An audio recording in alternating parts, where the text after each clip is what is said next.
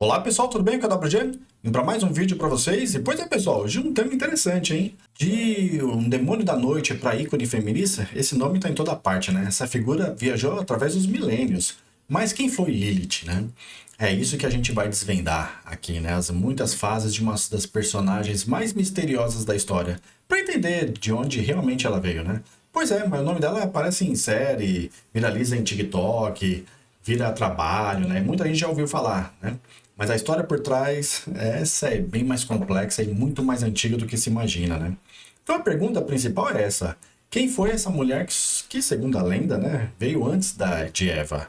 Para a gente chegar a essa resposta, a jornada é surpreendente. Então vamos mergulhar nisso, né? A chave para o mistério de Lilith não está em nenhum texto perdido por aí não, né? Está numa contradição bem no comecinho do livro mais lido do mundo. A primeira parte da nossa investigação vai focar exatamente nisso. Duas histórias da criação. Uma do lado da outra, né? Ali no livro de Gênesis. E aqui a coisa fica interessante. A diferença entre os dois relatos é a chave de tudo. Em Gênesis 1, o homem e mulher são criados juntos de uma vez só e em pé de igualdade, né? Mas aí, em Gênesis 2, a narrativa muda completamente. Primeiro Deus criou o homem e só depois de uma costela dele é que faz a mulher. Mas o pessoal lá na antiguidade, lendo isso, tentando fazer os dois relatos se encaixarem, pensou numa coisa bem lógica. Ué, se a Eva foi feita da costela, como diz Gênesis 2, então quem era aquela mulher criada junto com o homem lá em Gênesis 1? Tinha que ser outra pessoa. Mas ok, de onde vem esse nome Lilith, né, para preencher essa vaga? Para entender isso, a gente precisa viajar ainda mais no tempo. Lá para a antiga Mesopotâmia, antes mesmo da Bíblia ser escrita. O nome Lilith aparece uma única vez na Bíblia hebraica. Uma profecia bem sombria, né? As traduções variam bastante, mas todas apontam para uma entidade perigosa, noturna, chegando a ser comparada com a Lâmia, né? Aquele demônio da mitologia greco-romana. Isso já dá uma pista de que ela era uma pessoa conhecida, né? É que a história dela não começou no Jardim do Éden, né? A jornada é de milênios. Ela foi se transformando de um antigo espírito sumério, né? Passando por essa menção quase perdida na Bíblia, até virar uma figura rebelde que a gente conhece hoje, né? E por fim, um ícone moderno. Lá na origem, as Liliths eram demônios muito temidos na Mesopotâmia. Elas personificavam medos muito reais. A doença que aparecia do nada, mortalidade infantil, os perigos da noite no deserto. Essa é a base da reputação sombria dela. Agora, vamos dar um pulo para a Idade Média, que foi quando um texto judaico finalmente juntou as duas pontas. Demônio da Mesopotâmia com o quebra-cabeça da Bíblia. Foi aqui, nesse texto, que a história que a gente conhece hoje ganhou forma. O alfabeto não teve dúvida em dar nome para a primeira mulher do Gênesis 1, criando uma história super dramática que reflete muitas preocupações da época sobre mulheres independentes. O conflito todo que decidiu o destino dela foi sobre poder e igualdade, e começou numa disputa sobre posição sexual. Lilith se recusou a deitar por baixo, um ato que para ela significava submissão. A resposta de Adão foi bem direta. Ele exigia o domínio, né? Achava que essa era a ordem natural das coisas e ponto final.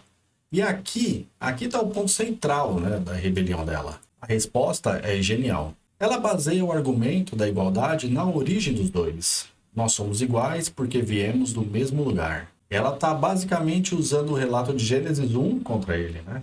Então, vendo que não ia ter acordo, Lilith tomou uma atitude drástica. Pronunciou o nome sagrado de Deus, que lhe deu o poder para voar, e fugiu do Éden.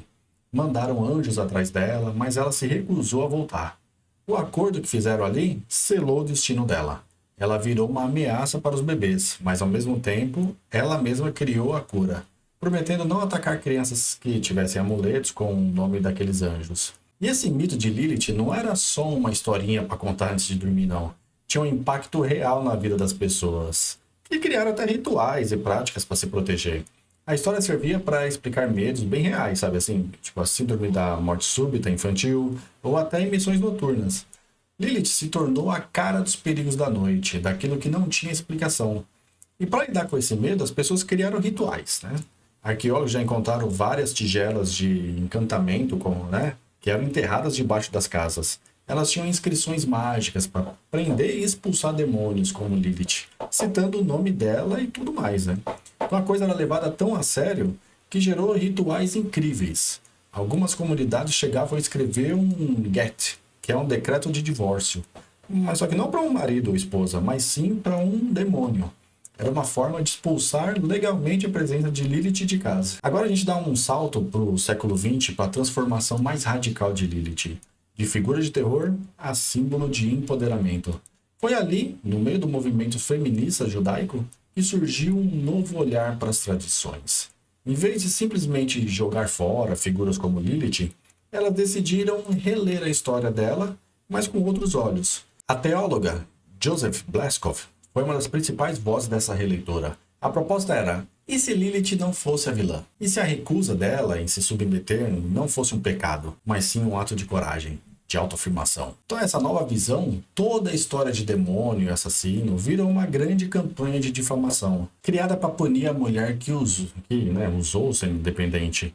E assim a jornada de Lilith nos deixa com essa pergunta: um demônio pra gente ter medo ou um ícone pra gente celebrar? A história dela, que atravessa culturas e milênios, acaba refletindo as mudanças dos nossos próprios medos, dos nossos próprios valores também. A resposta sobre quem ela é, no fim das contas, talvez diga mais sobre nós do que sobre ela mesma. Nos vemos no próximo vídeo. Um abraço a todos e tchau, tchau!